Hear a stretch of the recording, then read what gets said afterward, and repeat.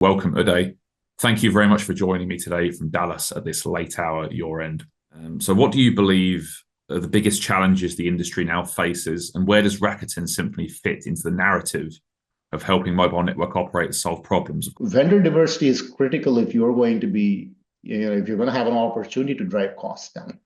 So the more we are able to kind of open up that network, the more we have opportunities for vendors to come in and innovate, the better it is, right? So Symphony sits right at the heart of that in terms of being able to kind of open up the network through open architectures across RAN, across the virtualization layer with OSS.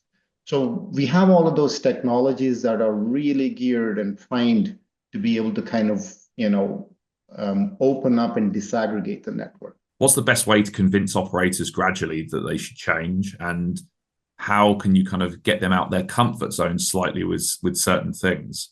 This industry is not about radical change, right? I think that's a great question, and that's very important for us to think through in terms of how we actually get the operators to kind of move to where we want them to move to, right? So I think it's important that we're able to kind of bring them into a controlled environment, into a controlled introduction, into an area where it's probably not as mission critical to kind of start the transformation, right? So it's starting to kind of put a blueprint for a lot of the operators in terms of how they can go through this transformation. And I think that's something that us as Symphony should be very opinionated around in terms of how do you go through that? Where do you start? And I think the biggest part is really getting off the blocks.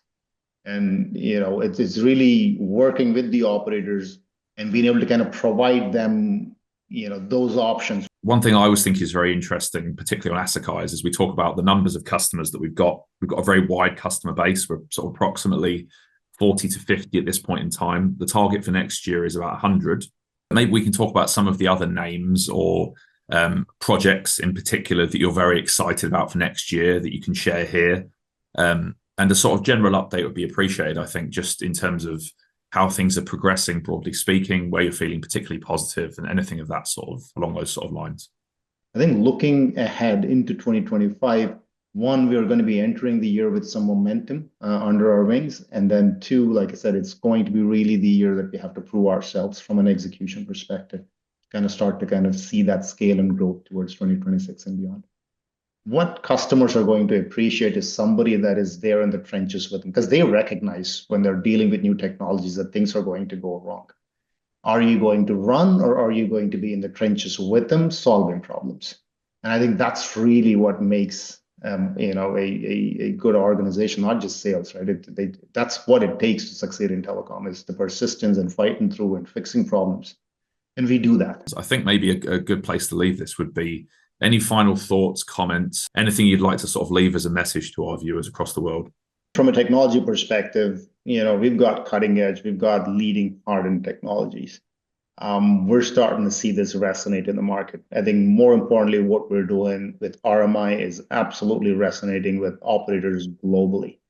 I'm starting to see very good momentum as we close the year out with new logos. And like I said, I think we're going into 2025 with momentum. It's going to be the year of execution for us. And like I said, I think the potential and the opportunity for us is there.